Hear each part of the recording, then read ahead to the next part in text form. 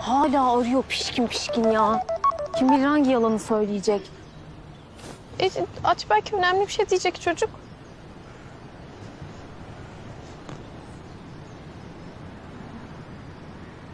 Aşık olmak hiç bana göre değilmiş Pınar.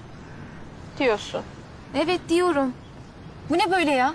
Kalbin acıyor, midene yumruk atıyorlar falan. Sanki hiç derdim yokmuş gibi uğraş dur. Ben bir daha asla bu duruma düşürmem kendimi.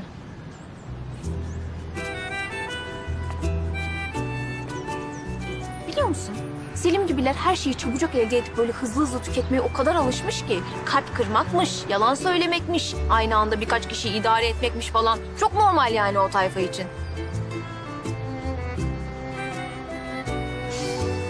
Bitti gitti, geçmiş olsun. Bir daha Selim Kutlusay'ın gölgesi bile üstüme düşemez benim. Demek öyle Serra.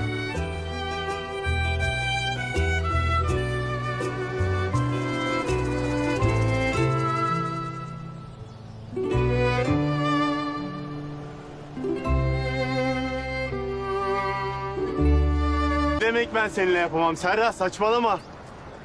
Ya kaç kere anlatmam lazım. Biricik'le aramızda hiçbir şey yok. Çocukluk arkadaşıyız biz, birlikte büyüdük.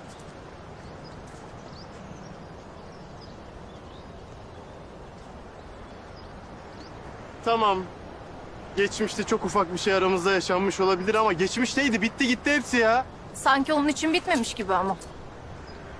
Bak haklısın. Biricik zaman zaman böyle yakın tavırlar sergiliyor olabilir. Seni anlıyorum. Sana hak da veriyorum. Ama şu Biricik konusunu rafa kaldırsak. Sıfırdan yeniden başlasak her şeye.